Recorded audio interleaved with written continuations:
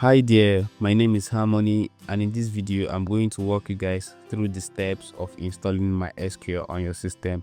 I already explained what MySQL is in the previous video. The link to the video is in the video description. So if you're new to my channel, click like, subscribe, and also turn on the notification bell for more videos like this. Without further ado, let's cut right to the chase. So first thing first is you want to have MySQL on your Windows. So we'll start by downloading this software from their official website. I'm going to be dropping a link to this official website in the video description. So come to your Google Chrome, Firefox, or whatever browser you're using and type download MySQL.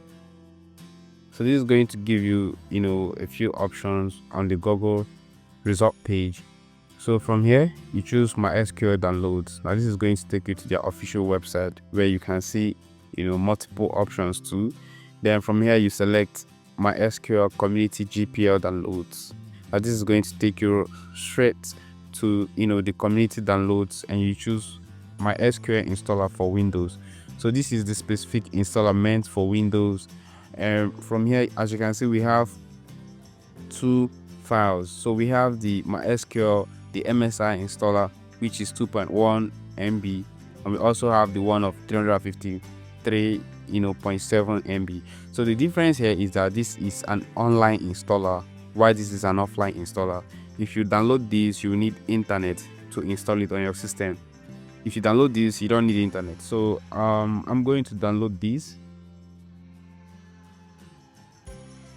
Alright, so now that we have our MySQL installer fully downloaded on our system, you want to open it in the download folder and double click it to run.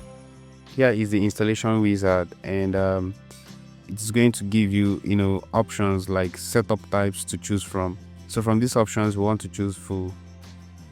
So the full actually going to help us to install all these packages on our system, because you need the MySQL server, you also need the MySQL router and every other thing. Now you can choose to install the server only, that is up to you, but in this tutorial I recommend you choose the full option. So this is going to help us get all the packages installed. Then let's click next. So here are a list of dependencies MySQL needs to run. They are called requirements. So make sure that all these requirements are installed on your system. So to ensure that we install all these dependencies, we need to click execute. So MySQL is going to install all these dependencies on our system, and this is going to help it run smoothly. Alright, now that we have all the dependencies installed, let's click next to go to the next step. Okay, so we can install all these products on our system by clicking execute. So MySQL is going to take a few minutes to install all these packages on our systems. Mind you, if you're installing some of the dependencies, they are going to require internet, so make sure that your internet is turned on. You don't want to disconnect from your Wi-Fi, you don't want to disconnect your router, so you want to make sure that you're connected to the internet in case of a dependency that needs internet to install.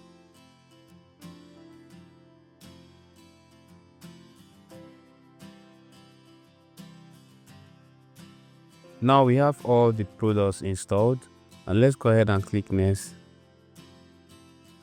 This is going to bring us this page, and let's click next.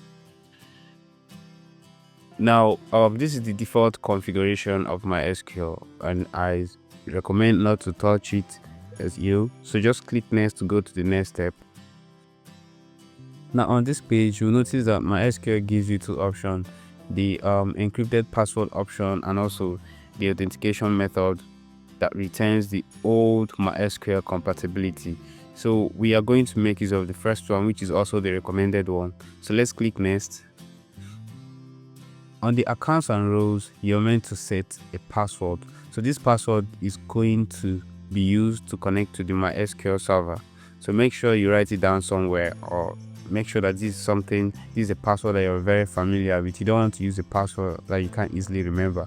So without this password, we can't connect to our MySQL server. So I'm going to go ahead and type our password into this. So don't forget, this is the password we are going to be using to connect to the MySQL server, and you can make use of your own password.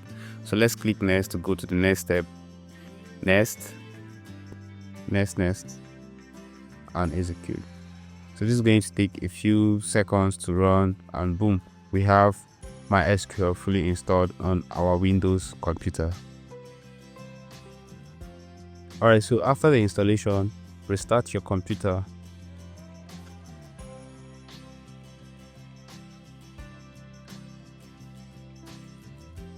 So you want to be certain that MySQL has been installed successfully. To do that, we have to test the version of the MySQL installed on our Windows PC by going to the command prompt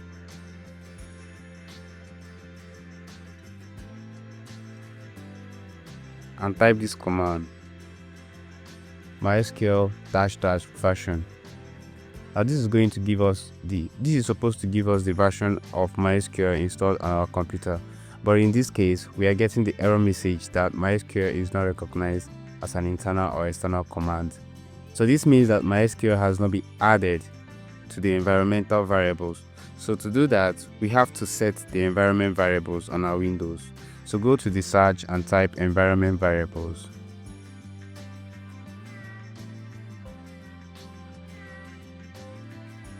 And then choose environment variables from here. Then under system variables, scroll down and select path. Double click on path to open it. Now we have to add MySQL installation directory in the list of these directories. So let's go back to our local disk and copy the installation directory for MySQL. Go to program files, MySQL, then open the MySQL server folder. Open the bin folder and copy this directory. Come back here and paste it inside the path. So we click new and paste the installation directory for MySQL here. Click OK and apply changes. Now we are going to close our command prompt and open it again.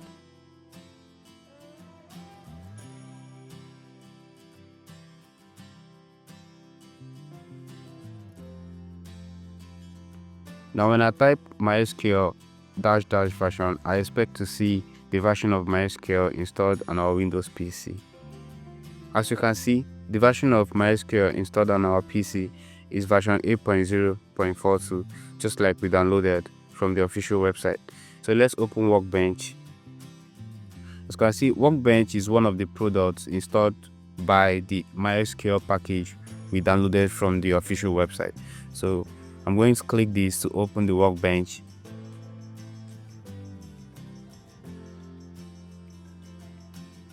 Now from the MySQL connections, we can see that the local interface is already there. So all we need to do is double click to connect, and we are going to be prompted to input the password. Now don't forget, this is the password we used to set up the MySQL server. Okay, so use the password you used during the installation and click OK. So this is going to take a few seconds to log in, and boom, so we are successfully logging into MySQL, and this means that everything is working fine. We just need to create our first database. So but before we do that, I will also show us how to connect MySQL to PubSQL, because PubSQL is actually a program that is going to help us interact with our database, visualize data in the next tutorial. Thank you for watching, and if you enjoyed this video, you found it helpful, please like, subscribe, and click the notification bell for more videos like this.